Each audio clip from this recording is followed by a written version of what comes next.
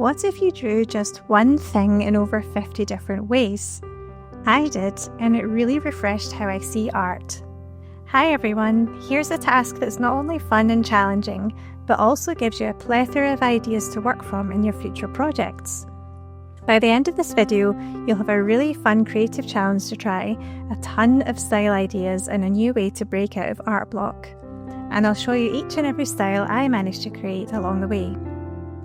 To try this yourself, start by picking one subject, an object, an animal, or even a person. Make it something you love because, trust me, you're going to spend a lot of time with it. I chose foxes, imagine that. And to keep things fun and low pressure, I'm using a small sketchbook, one that I can easily add to every day without spending too much time. On the front of your sketchbook, add a little clue. I'm adding a fox sticker. Feel free to use a word, a doodle, or anything that represents your subject. On the first page, I'm going to add in a fun title to further set the scene. I love a bit of alliteration, so frolicking foxes sounds good to me. Then adding a bright splash of colour to add a liveliness and invoke a little excitement for the upcoming pages.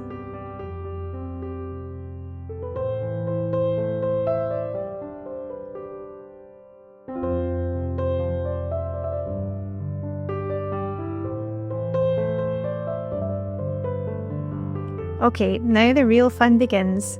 Basically, on every page, you want to create a depiction of your chosen subject, but in a different way each time. Repeating this until your sketchbook is completely filled or you simply run out of ideas. You can successfully achieve this by thinking creatively and maximising your use of colour, medium, scale, texture, viewpoints, patterns, and more. For your first drawing, just start simple. My first fox is going to be a pencil sketch. The scariest part is that blank page, but once you start, it gets easier and less daunting. Now, every day, or as often as you can, add to your sketchbook in a different way. It's a great way to keep a creative habit, as you don't have to think, what will I draw now, since your subject is always going to be the same. However, you will be working your brain in a different way in how you approach it. I'm just going to do some light shading using different pencil weights as well. Taking a closer look, I just want to darken up the tail a little bit, but I'm not spending too much time on this.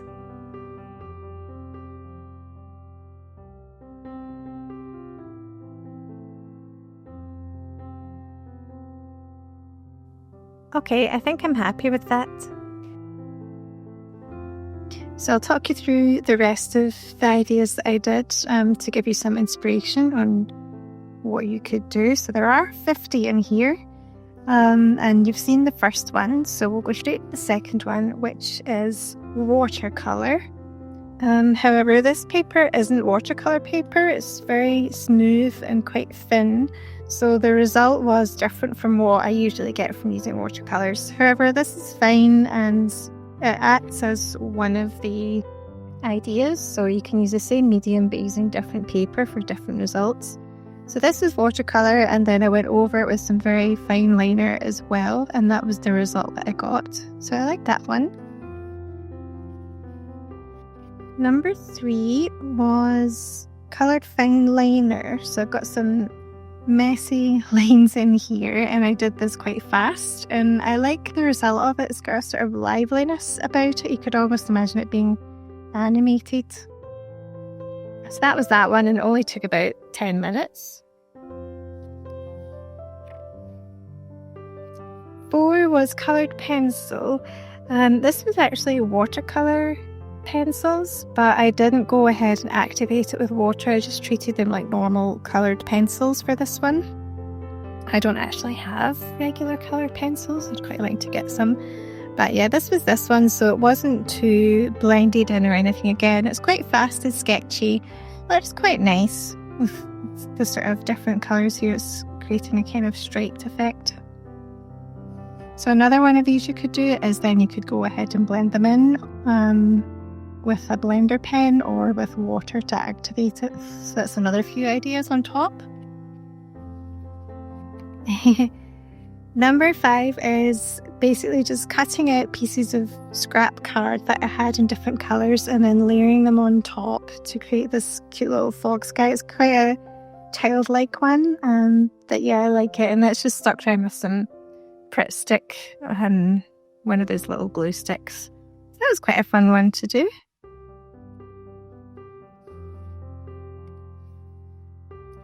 This one is Gouache, number 6, and I like this little guy that I've got here. There's no outline on him. It's just gouache paints with small brush strokes on top for detail. And he's got a sort of old face here. I think it's his wee white eyebrows I've done. But yeah, I quite like him. He's cute. Number 7 is basically, I think this is watercolour. But what I was going for here more was the brush strokes. I was using a big watercolour brush and I just did one big stroke. And then on top of that, I made that into a fox, if you see what I mean. So, and I had a little bit of bleed here. So I ended up making that into kind of a sun shape. So it's this almost, not quite abstract, but almost abstract one. So I'd say this is creating from one fluid brush stroke, a sort of minimal approach. And yeah, I really like it actually. Number 8 is, this is a stencil. So what I did was I cut out a fox on another piece of card, laid it on top of this, and then I sprayed with a paintbrush and a finger just to get this little dappled effect. Unfortunately, I had a little accident where the stencil had some green paint on it, so that became this splotch here. So I tried to salvage this by just creating lots of little splotches and pretending that it was leaves. I don't know if that worked or not, but it was kind of a happy accident, I think. And then for number 9, oh, it's a little bit sticky. For number 9, this is the actual stencil that I used. So I used that as one of my drawings as well, and I just spray painted it with some copper paint there as well. So you can see it's the same pattern. Of course it's flipped. But yeah, that's number 9. And you could use this again and again and do different techniques as well. So yeah, stencils are a really good one if you can just make your own with a scalpel blade and a cutting mat, or some scissors if it's a really basic one. Number 10 is, this is another quite easy one. So this is actually stamps I have. So I just pressed the stamps in some ink, some black ink for the fox, and then different colours for these ones. And then I've gone over the top with watercolour to paint them. So this is a really good one, you know, if maybe you're feeling a little bit tired and, you know, drawing can be hard sometimes. So this is kind of like colour again, in a way. It's really fun. And then number 11 is the exact same thing. I've done the stamp again, but I've not painted it this time. I just left it as is and done a nice little border on either side. You can see this would be really nice for a greeting card, I think. Number 12 is a really simple little one. This is charcoal, which I've not used since it was about 17 years old. So it was actually really lovely. I forgot how soft it feels. And you get these lovely natural little lines. And then of course it's very easy to blend with your finger even, or some tissue. What I would say for this one, and any ones like these, is to use some fixative once you're done. Otherwise it will really go all over onto the other side of the page, which you might not want. So yeah, fixative is good for this one. But yeah, cute little fox. 15 is another sort of tactile one. So this is little thin ribbons. I had lots of ribbon left over after I made my other video about the bookmarks, and I had the little ribbon tags. I'll put a link here for that one if you want to watch it. But so yeah, I had all this left over. So I basically built up a fox using lines. And you could do this with lots of other mediums as well. So it's a good one to try it. 14. I'm not so keen on this one, but it's there and I'm just going to keep it here. So this was basically, I did use watercolour paper this time, so it's stuck into the sketchbook. And I basically just created a splotch with orange and black. I just waited to see what happened. And then once it dried, I drew a fox on top of it to try and get it to fit into the shape. So very experimental, this one. And that's just with felt pen, I think, waterproof felt pen on top.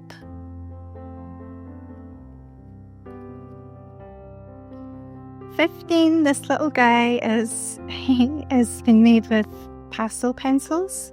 Again, this is a medium I haven't used very much. I'm very much an amateur with this, so it's just nice to do a little small drawing like this to experiment with. But yeah, he's made from pastel pencil, and again I used some fixative over this when it was finished to minimise the amount of transfer onto the other side. But I am, as you noticed, I'm only doing the art on this side because there will be some transfer on here, sometimes a lot more than others. And then I can also write up here the medium that I used in case I look at this a few months or years down the line and I forget what I actually did. So I'm just choosing the one side. This one is Frottage. So I have a nice kettle. Oh, it's not a kettle. I have a nice teapot. And it has little foxes and trees embossed on it. So I just took some paper. This is just like printing paper. It's very thin. And I held it over the kettle and then I rubbed a pencil over it. Some of the old frottage technique. So I've got these 3 little foxes. I just think it works really, really well. And it's just an HB pencil as well. It's nothing really expensive or anything like that. But it's a really cool effect. I could see a nice collage being made from this. This one is my trippy one. So this is watercolour pens and with some fine liner over the top. So basically what I did is I drew an outline of a fox shape. You can see here it's got the thicker line. And then I just kept on repeating it and expanding over and over and over. And eventually it just becomes a blob shape. It kind of loses its definition.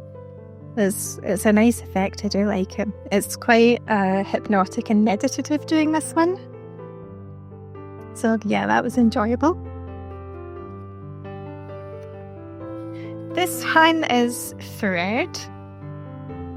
So what I did was I did a very light pencil outline just to give me a guide, and then I went over it with a needle and thread. So I've got red thread, black thread and white thread. So again, it's another nice texture one, but I would still count this as a drawing and it's in my sketchbook. And as you can see on the other side, this is why I don't draw anything on this side because it's a big old mess here. But yeah, that one was cool. This one is just a repeating pattern of certain parts of the fox, so the head, the paw print and the tail, just repeated. And it's, you know, I can see you doing lots of different variations of this and using it within other shapes and so on and so forth. So yeah, that was that one. 20 was inspired from the previous one. So lots of little fox faces repeated over and over to make up a larger fox face. So again, I could have used the paw here or the tail, but I went for the face within a face.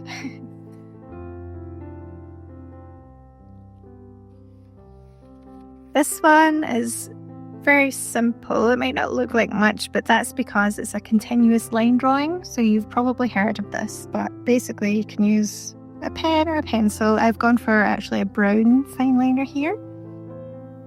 And then you draw your subject without ever lifting your pen off the paper. So you find yourself having to go over lines again to create that shape. I quite like it. And I did the fox kind of running, cantering down the paper. So it adds to that kind of motion look of it with the line. It's good to think about what medium you're using when you're thinking of what the subject actually is. You know, will it add a heaviness to it or a lightness to it? movement, calmness, unease. All these things are important to consider to add to the feeling of your drawing.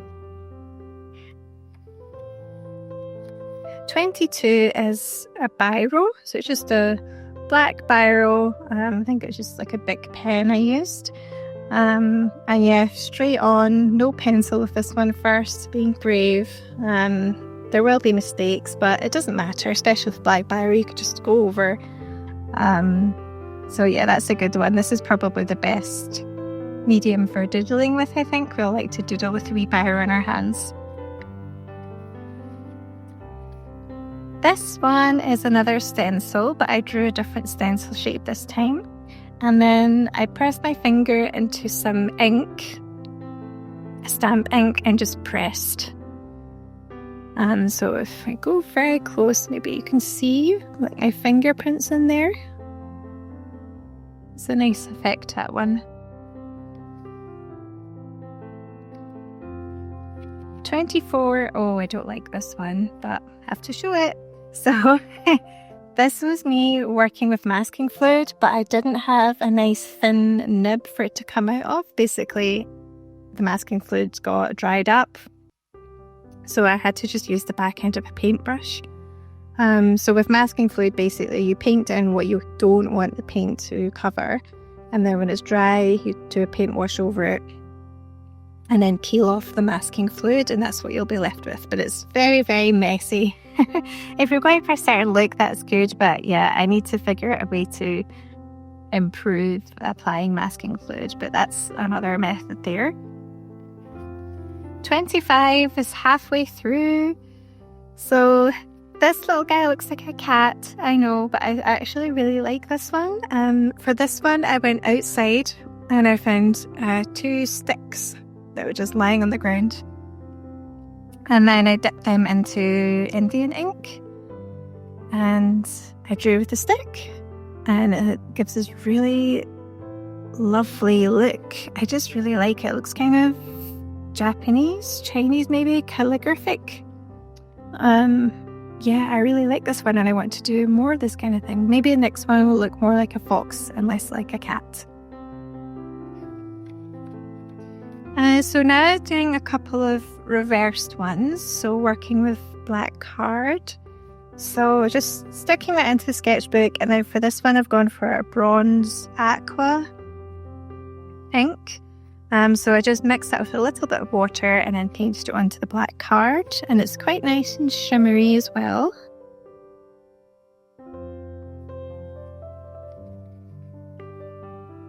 And 27 is very similar, except I've used gold Indian ink, which is slightly different. And I've also done a different fox shape, sort of more like a logo emblem design. 28, okay, this is just here to protect it, but this is carving into sealing wax with a scalpel. So again, I'm only using an iPhone, I don't have a great camera, but I dripped some wax onto this paper. I've used thicker paper and stuck it on because I didn't trust that would be too thin. It's on thicker card, dripping the wax on, and then while still drying, I took a scalpel and carved into the wax. So there's a little fox shape there, and there's another one here as well. This is very much working against the clock, but it's quite fun to do.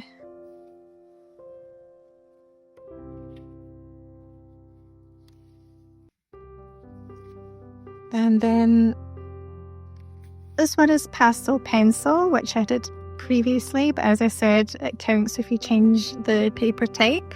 So this is on black card, and it means I can utilise the white pastel and really let that stand out. So this is a kind of a snow fox maybe? Arctic fox. There's something really nice about pastel and charcoal for doing quick sketches and feeling more free and flowing, and the fact you can just kind of smudge them as well and go around. It's just really therapeutic. I do like it. 30 is a collage. So I don't have a colour printer, but I have a black and white one. So I printed out 6 different images of foxes. And then I chopped them all up and created a new fox out of them. So it's my little Frankenstein's monster fox. And it's quite cool, I like it. And then I just went over it very lightly with a coloured pencil for the eye and a little bit of orange.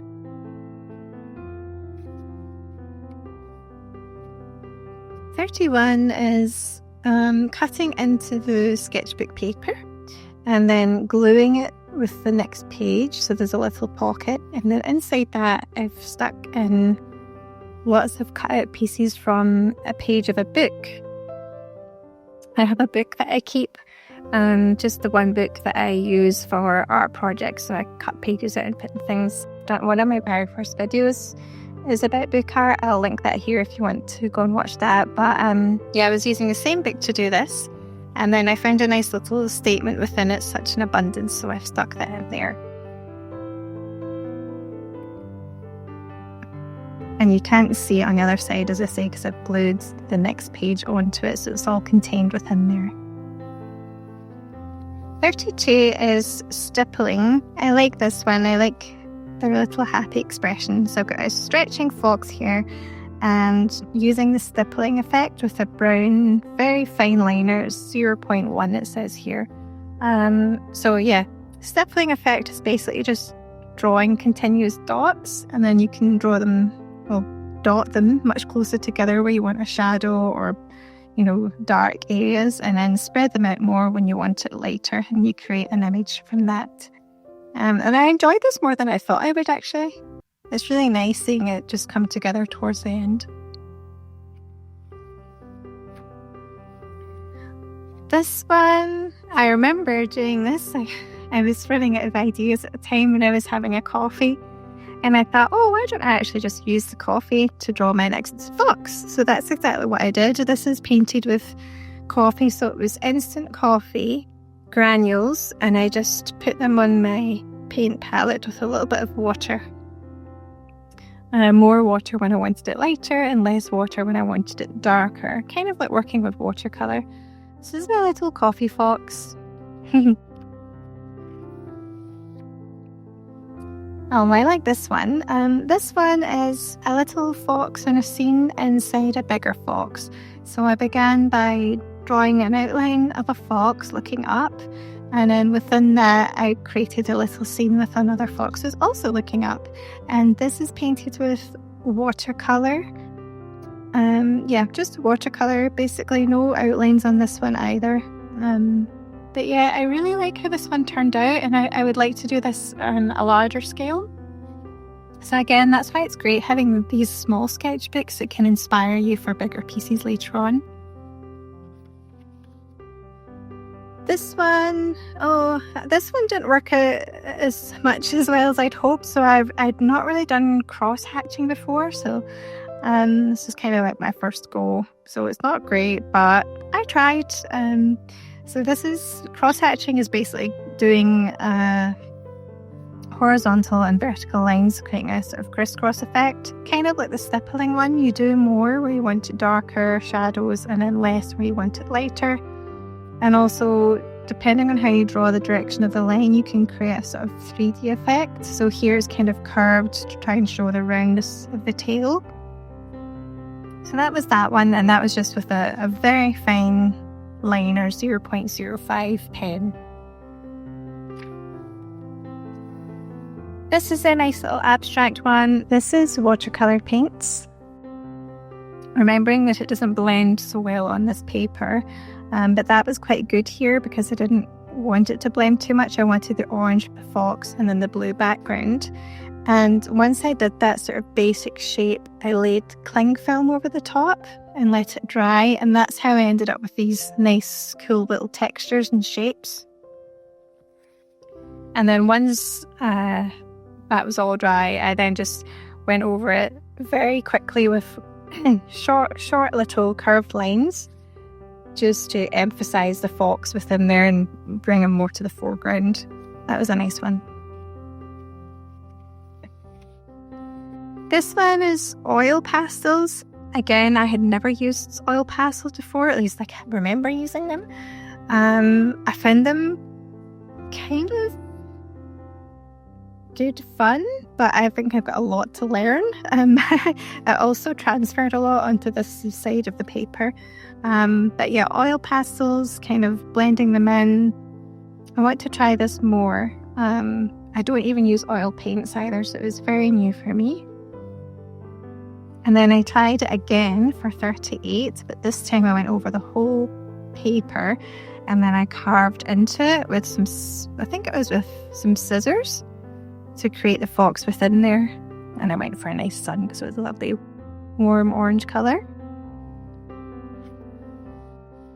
39 was me focusing in on a part of the fox, in this case the paw, which is really interesting to do. I'd never actually realised that a fox's paw was so long like this.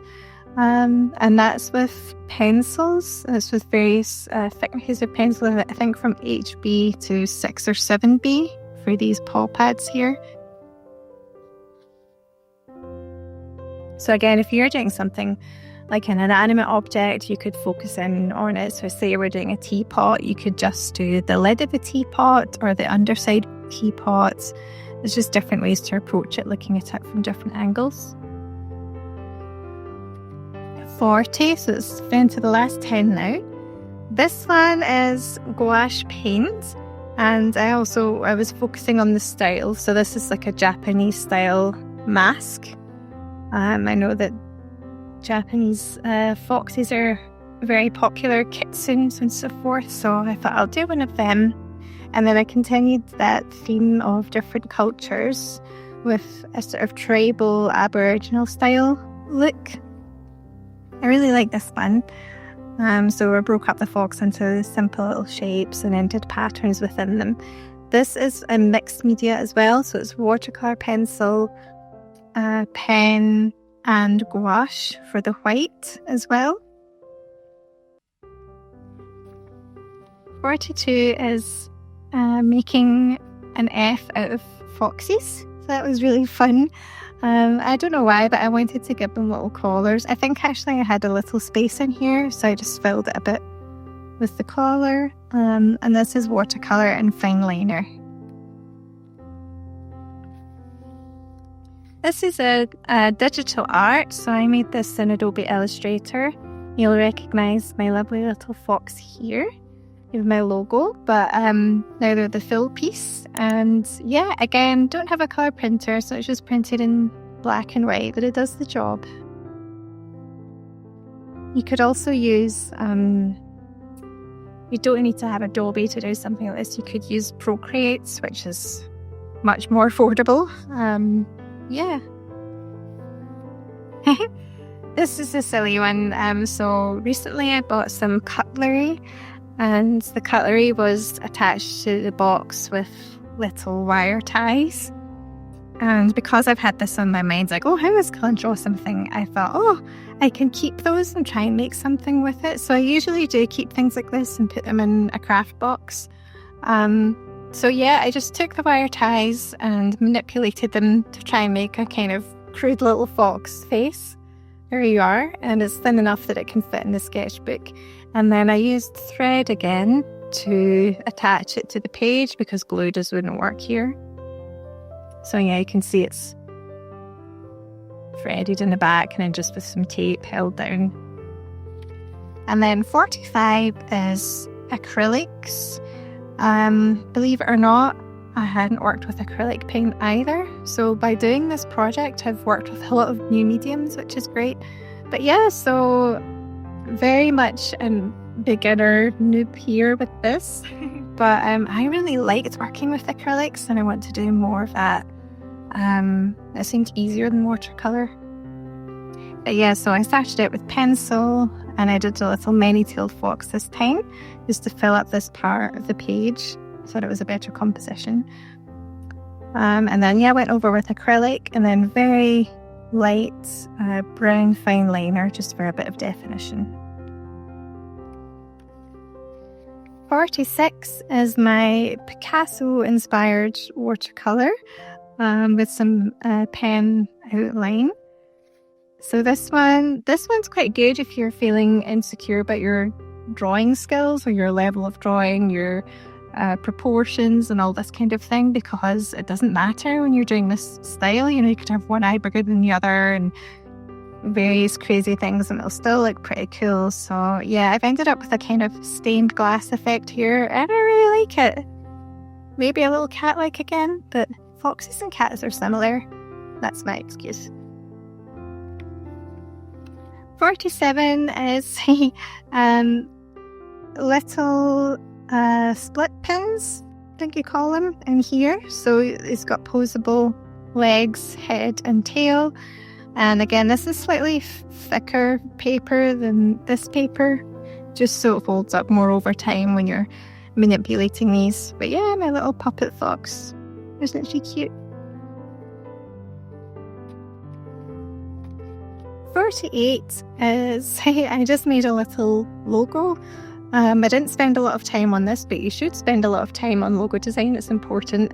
But again, this is just for fun. So I made a little Fox Media logo with, this is meant to be the sort of sound, the audio coming out.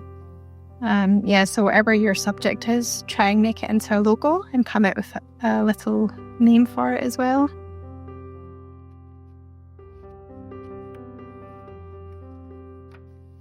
Second last one is chalk pens. So it's chalk, but it's in a pen form. I'd never used this before on paper, so this was a first time. It's kind of cool. It feels really nice. It's a nice tactile one.